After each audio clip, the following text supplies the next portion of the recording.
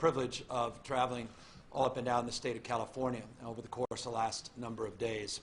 I had the opportunity to spend the day working with community leaders, faith leaders, working with advocates, working with members of our own National Guard to help clean up the streets of Sacramento. Randomly had the privilege and opportunity to meet up with a group of young people around the police officers' memorial that were cleaning up graffiti.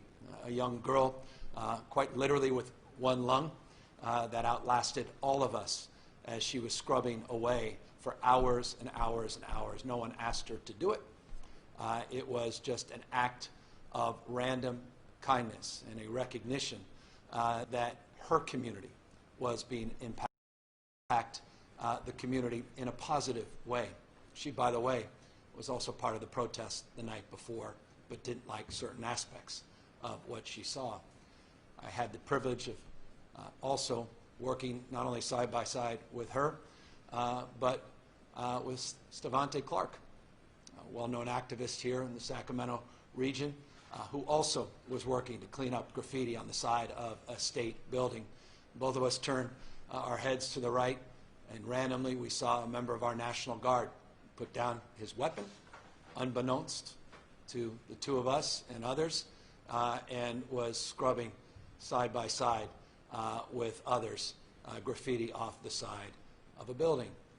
I had the chance to fly down to South LA, in the center of so much of the violence and protests and outrage in 1992.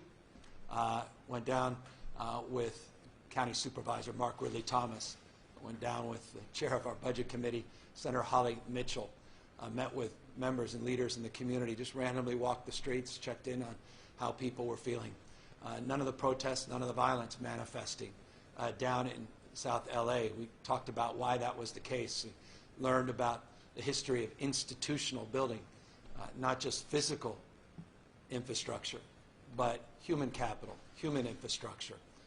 The resolve that people had to never again see what occurred in 1992 occur again in South LA. And the chance to visit members of law enforcement, visit with community leaders, including one of my heroes. I'm here at the California Museum.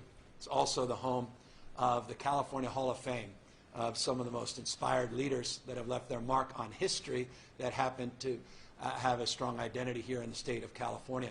One of them that I had the privilege of recognizing just a few months ago was Reverend Lawson, known to many as one of the most influential leaders in the civil rights movement. He brought back forth the principles of nonviolence from Gandhi and brought them to the forefront of the consciousness of Dr. King. Met with him and leaders of Black Lives Matter, other leaders in the community, and had a conversation about the history of the civil rights movement.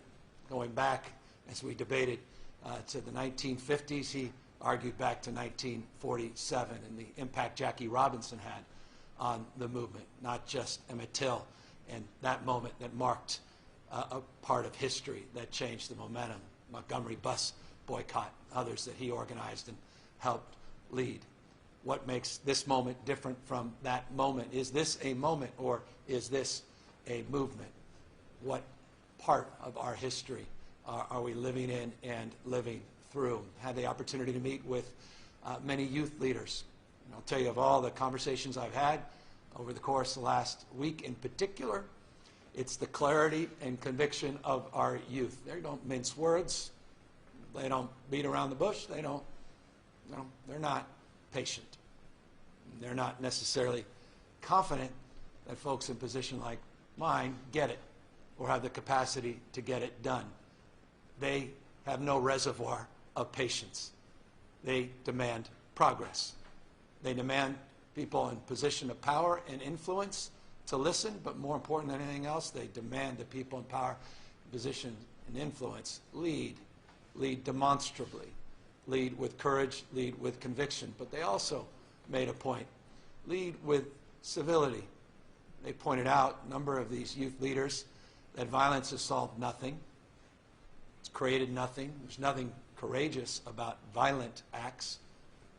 I was reminded a little bit of what Kennedy spoke to, that no wrong has ever been righted by violence. To hear that from youth leaders leading protests in their community, peaceful protests, was humbling and also enlivening, because they want this moment to be met with a deeper sense of urgency, and they want their cause to be clear. It's a cause of peace, a cause of progress, and that violence has no place as it relates to meeting this moment and moving that collective cause forward.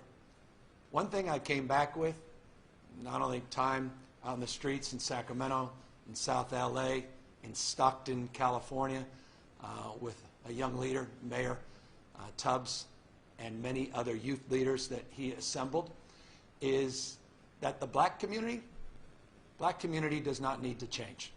We need to change. We have a responsibility to change. Our institutions need to change. Our capacity of understanding needs to change.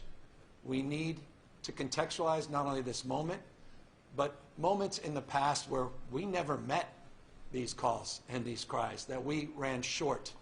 We ran long on rhetoric, short on results. Again, there's no reservoir for patience. That's self-evident just on your TV screen, but it's also self-evident in the minds and hearts and the values that you hear from people all across this state and all across the United States of America. This has been an extraordinary week in our nation's history and the history of the state of California, and we have a unique and special responsibility here in California to meet it and to meet it head on. I'm also here at the California Museum for another reason, because I was here roughly a year ago, where California was demonstrably leading. Incredible leadership that was assembled just downstairs from where I am here today, where we signed a landmark bill, the nation's toughest use of force laws on deadly force. AB 392 in the lexicon of the legislature, led by Dr. Shirley Weber, leaders like McCarty, many others, that led an effort to reconcile our antiquated practices as it relates to use of force. It was a controversial bill. There was previous efforts to advance the bill. They fell short. But assembled were not only elected officials, but leaders of all stripes, people that exercise every single day their moral authority, that helped create the conditions that led to the advancement of that landmark effort.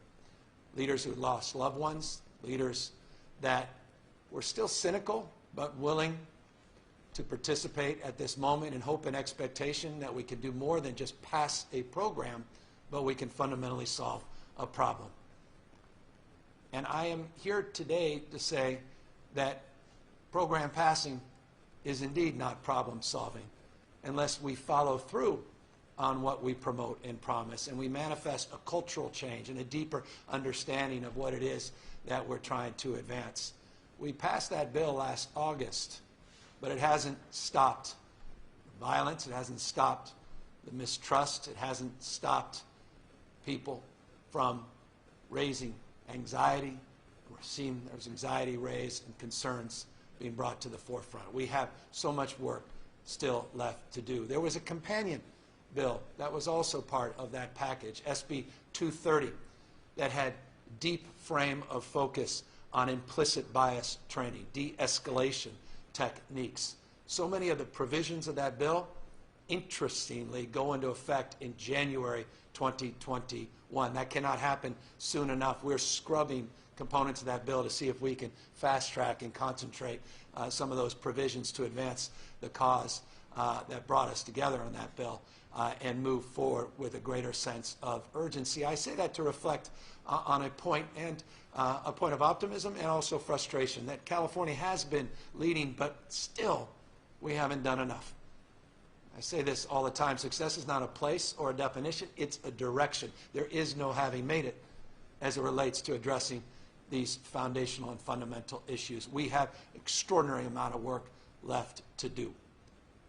I'm proud of this state, and proud of the cause of reform that goes beyond just the issue of implicit bias and de-escalation. It goes beyond just the issues of deadly use of force.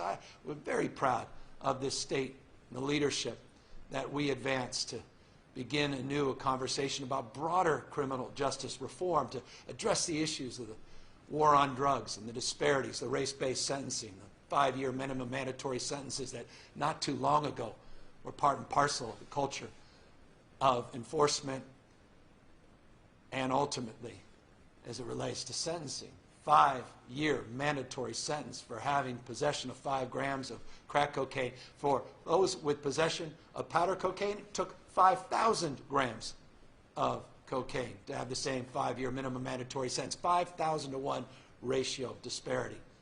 I remember the Clinton administration knocked that down to 500 to 1. The Obama administration knocked it down further, but disparities still persist, not just as it relates to the consequences of drug possession, but across the criminal justice system. That's why the state was one of the early adopters of a new approach as it relates to cannabis reform and legalization around adult use of marijuana. It was a civil rights call from our perspective. I was proud to be out in front in those efforts. It was about addressing the disparities. It was about addressing incarceration. And it was about addressing the ills of this war on drugs. But again, it's not enough. We are proud of the work we've done in the state of California. We announced, and the legislature has embraced, the need to shut down state prisons in our current budget that I will sign in just a few weeks. It calls for shutting down 2 state prisons. It calls for eliminating the Department of Juvenile Justice. It calls for more probation reforms. All of this building on the work that we've done on Prop 57, Prop 47, Prop 36, the work we continue to do in this state to end the death penalty in the state of California. I was proud to sign an executive order on a moratorium on the death penalty, because one thing we know about our criminal justice system, it's not blind. It discriminates based on the color of your skin, discriminates based on wealth.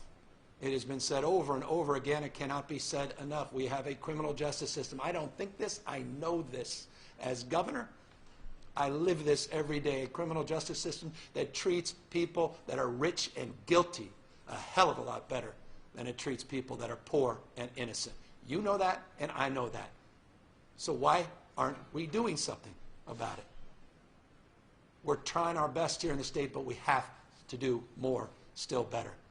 And I understand this conversation that we need to be having in the state of California just cannot be about criminal justice. It has to be about economic justice, social justice, environmental justice. It has to be so much richer and deeper than it's been in the past. That's why we created that Surgeon General position in the state of California, to begin to focus on the issues that manifest early in life, prenatal care, the focus on ACEs and early childhood trauma, focusing on prenatal care as well as preschool, early Head Start, not just Head Start, focusing on achievement gap before it manifests, because at the end of the day, we can consume ourselves with achievement gap, but we know that people aren't left behind in society, they start behind in society. So if we're going to get serious about addressing these disparities, then we've got to get serious about our work in that space as well. And we have committed ourselves to that cause. Education reform. My gosh, 10% of black students, 10% of black students met the state benchmarks on math proficiency last year. 10% by 8th grade. All of the disruption around COVID-19 and learning loss, study just came out today. It should be seared in your minds and consciousness, a study that came out today that says the average learning loss in this nation because of COVID-19 is 7 months.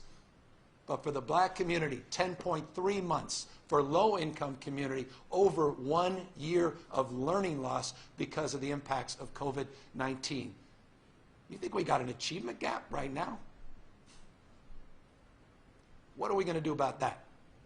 And by the way, I just want to be clear and respectful at the same time to California legislature. One thing we're not going to do is take the $4.4 billion that we promoted in our budget and dilute it by taking it away from concentration funding for black and brown communities and those that are former foster youth and low income and English as second learners. I will reject any proposal that comes out of the legislature that does that. We are committed to the cause of equity, and that's the reason we put that $4.4 billion in the budget, to focus on equity. And Governor Brown said it better than any of us. There is no equal application in unequal systems. You can't just spread that money out equally. We need to concentrate its focus. And I just want to make that clear as responsibly and respectfully I can to the legislature. I won't budge on that budget proposal. We have to do more and better, not just in education, not just addressing issues as it relates to birth and 0 to 5, but we also have to start thinking more systemically, more broadly about income supports. We're proud in this state to have doubled our earned income tax credit, proud in this state to begin the process of doing more on child care and empowering caregivers by organizing caregivers and giving them the power and capacity, their voice to lead, to focus on pay equity. All of these issues. I can go on, except to say that we're seeding a lot of these things in the state of California, but it's not enough. We have work to do, and we have a responsibility to do more than we have in the past. And so I want to make clear that those efforts must continue, and we must double down, and we must recognize those gaps that continue to persist in the state and this nation. And so today I want to make a few announcements in terms of advancing that cause of recognition, understanding, and resolve. One thing that is crystal clear to me, having seen images that inspired me of peaceful protests, that protesters have the right not to be harassed. Protesters have the right to protest peacefully. Protesters have the right to do so without being arrested, gassed, be shot at by projectiles. That's a simple value statement. I want to make that crystal clear. They have the right not to be harassed, not to be denied, not to be arrested for peaceful protesting. Period. Full stop. But it's clear on the images we see on TV, on the reality of a grandmother in La Mesa, California, that's in the hospital, that some people are denied that fundamental right. And then we're not seeing people treated equally all across the state of California. Now, we have rules and regulations, the California Highway Patrol, as it relates to how we use projectiles and how we use tear gas and how we use force to protect the peace. Not deadly force in this case, but broadly. National Guard has a frame. But municipalities have different approaches. And it's clear to me that we need to standardize those approaches. And so I have had the privilege, and you'll have the opportunity to hear from two extraordinary leaders that I've known for years and have been admiring in terms of their leadership. One is Latifah Simon, social justice warrior, who's been on the front lines of this cause for years and years, and Ron Davis, who was a former captain in the Oakland Police Department for many, many years and chaired Barack Obama, was the executive director of Barack Obama's 21st Century Policing Task Force that put out a report on reforming these tactics. And he, to his credit, is going to advise our efforts with Latifah, working with journalists, working with advocates, working with law enforcement, together collectively to standardize our approach of engagement and to begin to address what we are seeing with our own eyes and people are experiencing all across this state and this nation as it relates to the disparities of approaches that exist around peaceful protesting and how we control crowds in a responsible way that protects people's fundamental constitutional rights and protects people's safety at the same time. And so you'll hear from them, and I'm very pleased at their commitment to this cause and their resolve to advise us and to move forward very deliberative speed with recommendations to standardize these approaches in the very, very near term. Accordingly, it goes without saying we cannot see the kind of techniques that tragically and ironically we train. I own this. We own this.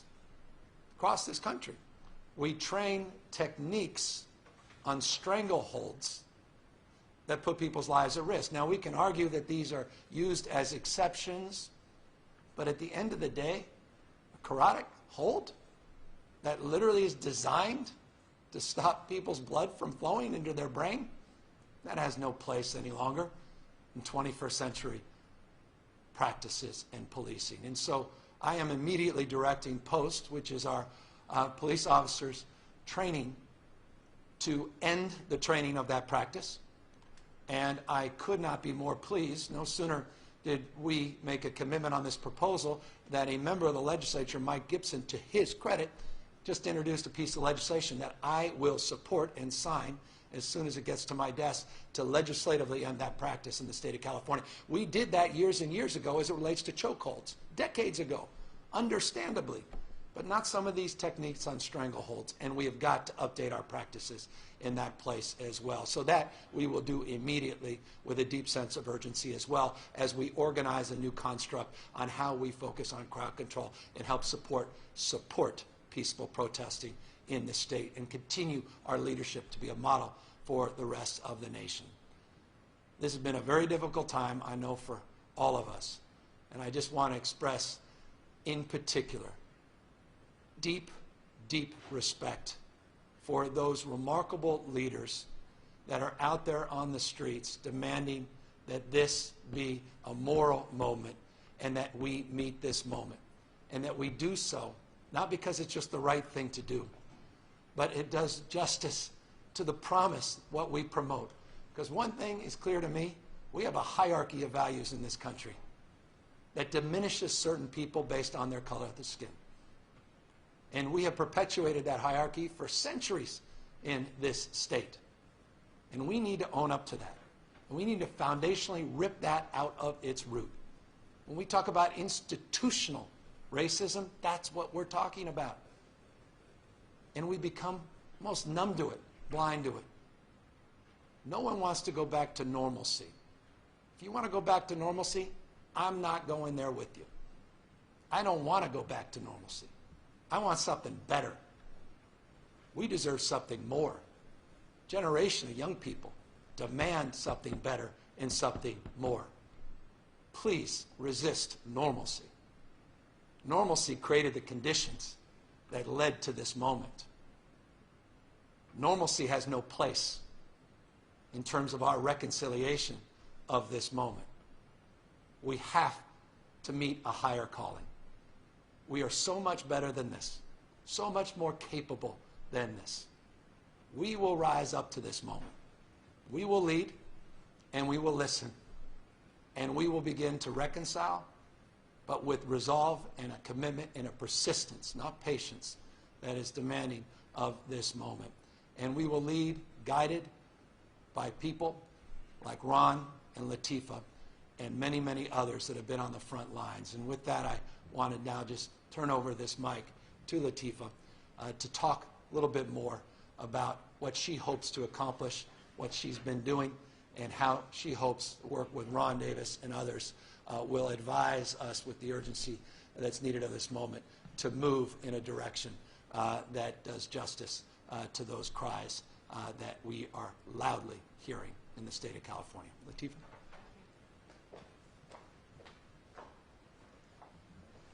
Thank you, Governor. My name is Latifah Simon. I'm the president of the Akinade Foundation, which is one of the state's first philanthropic institutions directly aimed at ending racialized injustice in the state of California. I also have the great pleasure of serving as the president of the board of directors for Bay Area Rapid Transit. But I come today not only with those roles, but after 25 years of working literally on the streets and in jails and in prisons for folks, many who have been denied justice. I'm hoping that I bring the spirit of the activists and organizers that I am currently learning from and have been learning from, and the mothers that I'm learning from, who are calling for an end of unjust violence by the state. This inflection moment in this country, and frankly around the world, suggests that we get it right, that we identify this moment for what it is, a sea change in facing race and racism and deep injustice, and the work that we will do together will not simply be folks around the table. This call that the governor is asking us all now to accept is to rapidly bend the arc towards justice. It is our duty, and we must move forward expeditiously. No more. We can't go back. So for those men and women for decades and literally centuries who have been calling and demanding a shift, we owe them. We owe them. The shift in this state, the state will come first, and so goes the nation. 392, Governor mentioned it. He signed one of the country's most sweeping acts of legislation to direct a change in culture. And now we must move. Dr.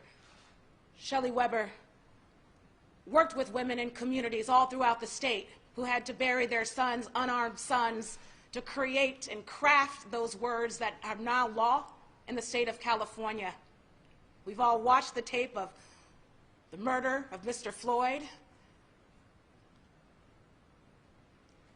And we do this work in his daughter's name. We do the work that we will move forward in the names of men and women who want to do the right thing and uphold the sanctity of life for all of Californians.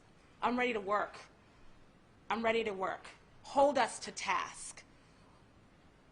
We can change and swiftly enact a culture that refutes that false promise, or that false choice that we can't have it both ways. We can end racial injustice. Although change is not swift, it is rough, it is dirty oftentimes, and it's difficult. But we'll get there. I'm very excited to work with Ron Davis, who is a national champion for police reform and advising the governor. And we will work with other stakeholders swiftly with this office and with law enforcement to not only shift the conversation, but shift the practice. We do this work in the honor of justice. Very excited to begin this process. Let's go.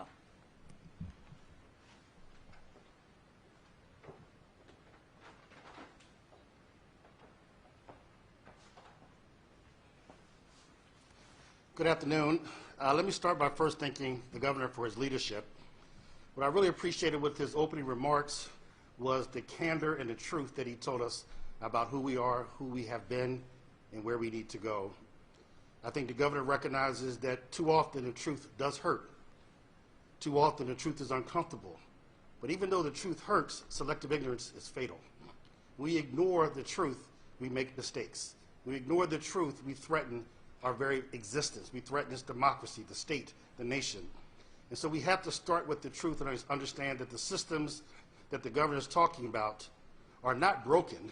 There are many cases operating as designed, and we need to have new ones.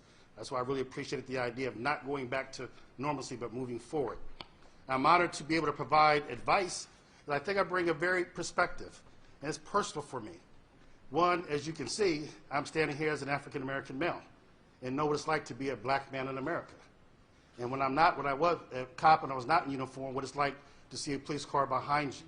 Know what it's like when I have 3 kids to have to tell all 3 of my kids what to do when stopped by the police, have to prepare them to be safe against the people that I respect and work with and wore the same uniform I did. That conflict has been something I struggled with for 30 years on how to reconcile it. And I've found a way to reconcile it, which I think the governor is leading the state to do. You don't reconcile it by trying to fit them into a safe narrative. You don't reconcile it by ignoring the truth or history. You accept each for the truth that they represent, and you move forward. And I think that's what we need to do here. I also spent 30 years as a cop, as the governor mentioned. So that perspective has meaning to me. I'm proud and just to work as a cop, And I can't think of no more noble profession, or the group of men and women that I work with are so honorable, courageous. And I spent 20 years in the beautiful and diverse city of Oakland. And then I spent close to 9 years as a police chief in the equally beautiful and diverse city of East Palo Alto. And those close to 30 years taught me that police, when operating appropriately, can make a difference. And then I also spent 3.5 years in the Obama administration, as the governor mentioned, to be able to work with the thousands of police departments. There's over 16,000 police departments in the United States, local, state, county, and tribal. And as a director of the COPS office, I had to work with a lot of them. It included going to Ferguson, going to Baltimore, working with San Francisco Police Department with their collaborative reform. We even did an after-action review of Ferguson to understand what went right and what went wrong, the 50 caliber weapons, the militarization of the police. So we know there's roadmaps out there. When Michael Brown was killed following that tragedy, President Obama created the President's Task Force on 21st Century Policing, and I had the honor of serving as the executive director and traveled around the country with the task force with listening sessions, listening to experts and victims and families and academics and union and police officers and sheriffs, everyone trying to identify what are the best methods moving forward. I appreciate the governor's stance. We don't have time to relitigate the causes. We know the causes. The governor outlined some of them today. What we need to do is focus on the remedies and to move forward so that we turn all these plans that do exist into actions.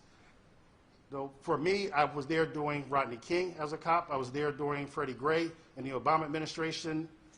Each one was a certain moment. I do believe that this is a movement. And I'll close with a call to my fellow law enforcement leaders. In the 60s, we have evidence and videos, and we celebrate some of the courageous actions of civil rights people that stood against the oppression that we provided them as police officers, whether it was the Edmund Pettus Bridge, whether it was demonstrations. And our job was to oppress and to stop the expression of First Amendment rights. In 2020, we have now come to the point where our job should be to protect the civil rights and to the First Amendment rights so that people can protest in peace. There's only two types of protests we should not accept, and that's silence and violence. And silence does no one any good, and violence is just unacceptable. So what I told my law enforcement leaders, I will call to action as we move forward with this, that we will be getting a hold of you, that we will be collaborating with you.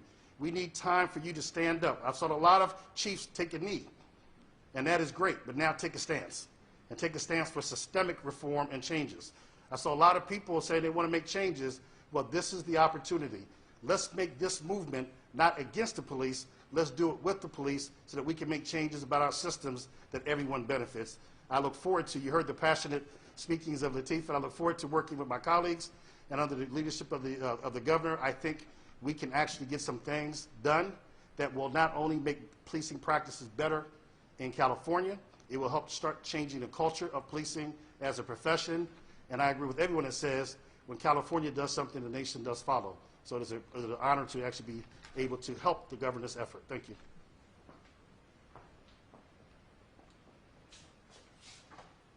Thank you, Ron. Thank you, Latifah. Let me just build on Ron's comments because I think they're important to underscore at the same time. As a former police officer himself, as someone who recognized and deserves to be recognized, police officers, not just chiefs, of all stripes all across this country. You see images of police officers dancing with protesters, bending down on one knee with protesters. Members of our own National Guard, not just cleaning up graffiti here in Northern California, but in Southern California, a whole crew bending down on one knee in solidarity with the protesters. There is so much nobility to those men and women as well that need to be recognized at this moment. I know firsthand the courageousness of many in law enforcement, overwhelming number of our men and women in uniform that go to work every single day to do justice to this collective cause of making more gentle the life of our world. And they're as horrified by what is happening as anybody. That includes California Highway Patrol. It includes all the men and women of law enforcement across the spectrum, deputy sheriffs, as well as members of local law enforcement. So I want to distinguish the principles that we're trying to advance as a collective cause in the spirit of what I think brings Ron to the forefront of leadership is that recognition. There's that old African proverb, we cannot quote it enough, that if you want to go fast, you can go alone, but if you want to go far in the cause of justice, you've got to go together. And when we signed 392 and 230 last year, we did that in the spirit of collaboration and cooperation.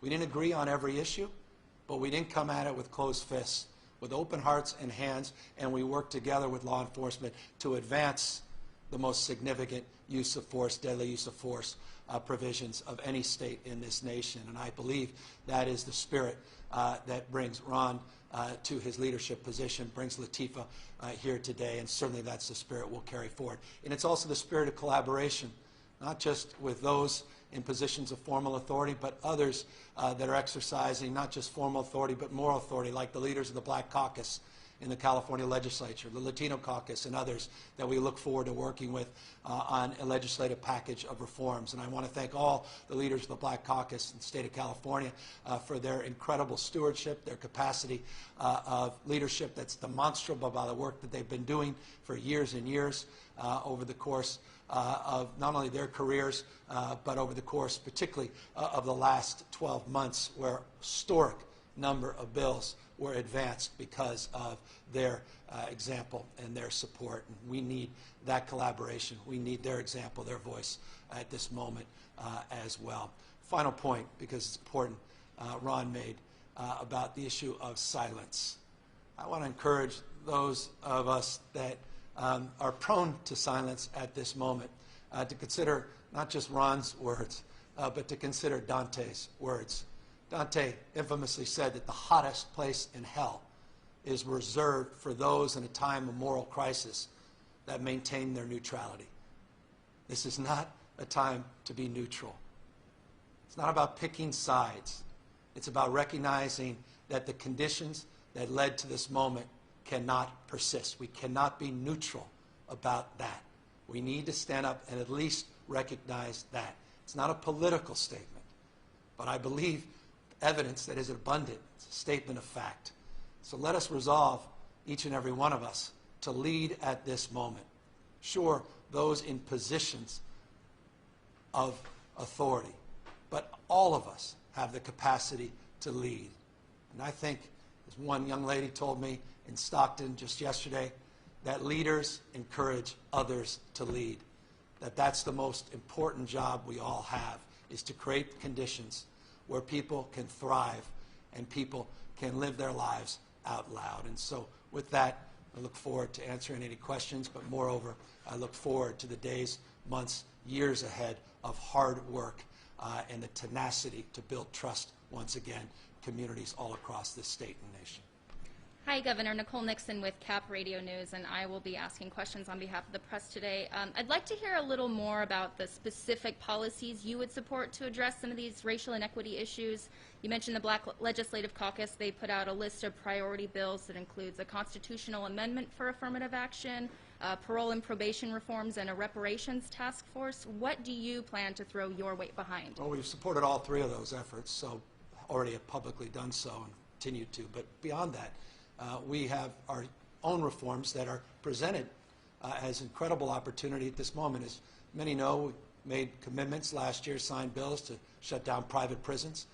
We've made commitments that are presented in front of the California legislature that I believe they're opposed to support by eliminating the Department of Juvenile Justice to advance probation reform.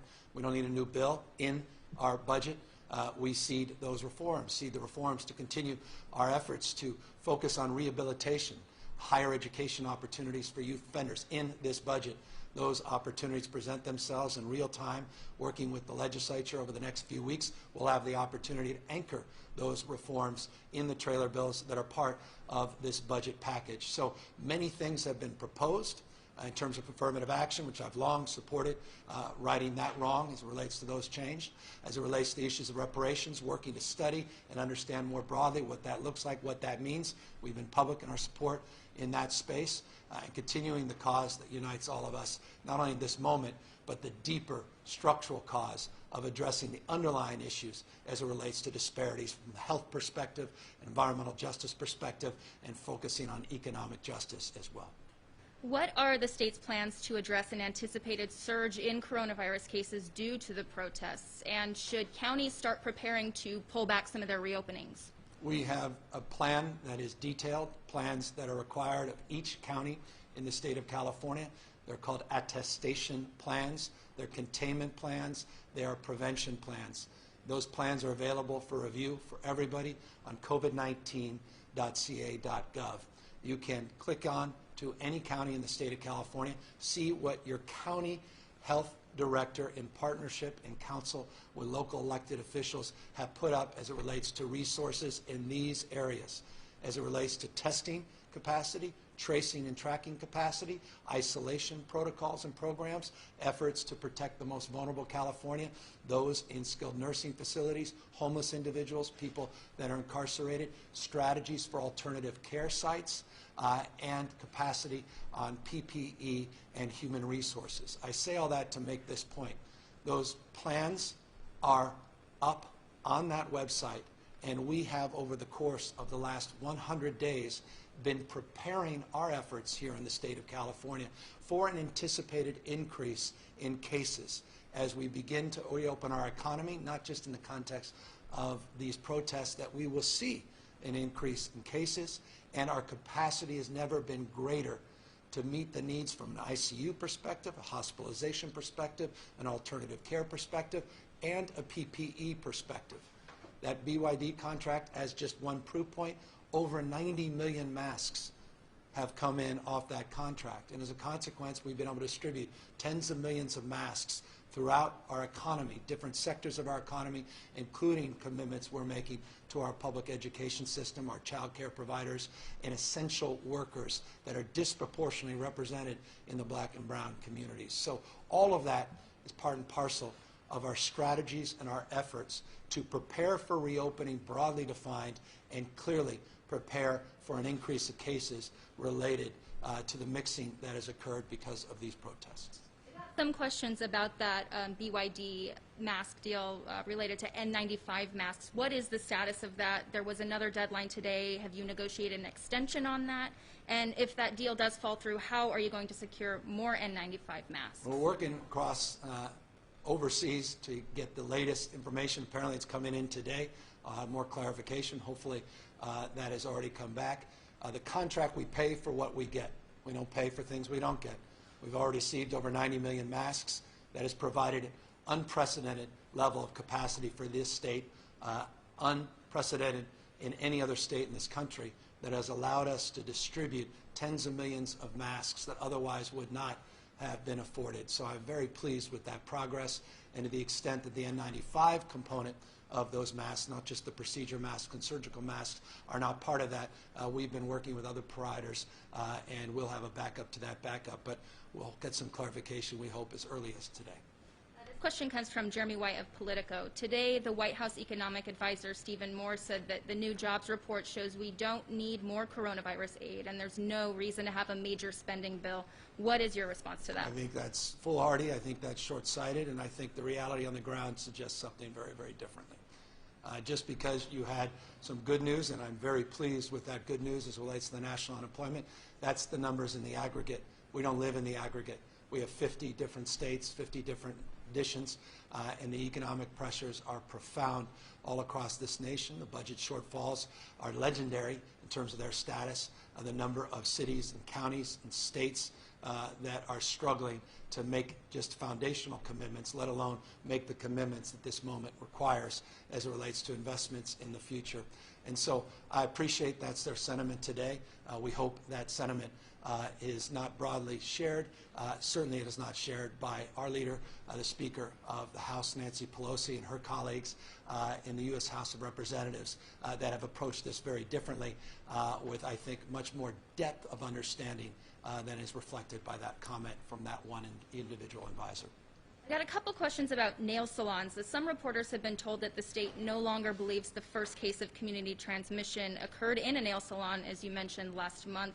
Do you still stand by that, and what are your plans for reopening nail salons? Well, we're looking forward to putting out additional guidelines today that should put further clarification on the next iteration of opportunities for counties to continue a phased reopening. I'll remind everybody when we put out guidelines in every sector, including the work we're doing with the Asian Caucus in the state of California, working with nail salon industry to put out the guidelines in this space we've been working on over the last few weeks. We put out a document that is a how document, but it does not prescribe when these counties move forward. That will be on the basis of counties making that determination for themselves based upon the unique conditions in their respective communities. So those guidelines are forthcoming. And as you know, many others that have been watching some of these daily briefings, we put out guidelines with fairly consistent cadence on a weekly basis in each sector, and many more are being released this afternoon. This is the last question. It comes from Kathleen Renane of the AP. You have stated repeatedly that decisions on curfews and the National Guard should be made locally, but given that demonstrations in recent days have been largely peaceful, do you think it's a good idea for cities like Sacramento to continue to impose curfews and keep the National Guard in town, especially given that some troops have been pulled away from coronavirus aid projects to monitor protests? Yeah, as it relates to this issue, as a former mayor, I deeply respect the work that mayors are doing at the local level, and to the extent that they recognize the conditions have changed for the positive, I would highly encourage them to pull back on those supports. And so my hope and expectation is that many local elected officials and law enforcement officials will no longer be in need of those state assists, and that we could begin to pull back in an expeditious manner, but in a very thoughtful manner as it relates to the conditions changing at the local level. So I appreciate their work, the hard work that many mayors have in front of them, but again, those that are seeing a radical change, and by the way, a number of mayors have already pulled back, and we are pulling back those supports, so it's already occurring. I hope we're going to hear more and more from those local electeds and others in the next days so that we can more appropriately redeploy those guardsmen and women to do more logistic support, as you suggest, in our food banks and to continue efforts on COVID-19 relief and support. Let me just thank the support of Ron and Latifah, supports that we've been provided by leaders all across the state of California for guiding us, counseling us, giving us the courage to resolve to do more and do better in the state. Let me thank again to all of the work that's being done in the California legislature and by mayors and municipal leaders to begin the process anew of more transparency, more accountability, and the structural reforms that are needed at this moment. We will not sit back patiently. We will not sit back passively as a state. We will lead in, we will take account, we will take responsibility, and we will take to heart the message that clearly is being expansed very loudly in this state and all across this nation by protesters, and that is a resolve to do better and do more, and in turn meet this moment head on. Thank you, as always, for tuning in, and stay safe this weekend, and we look forward to coming back and updating you very, very near future.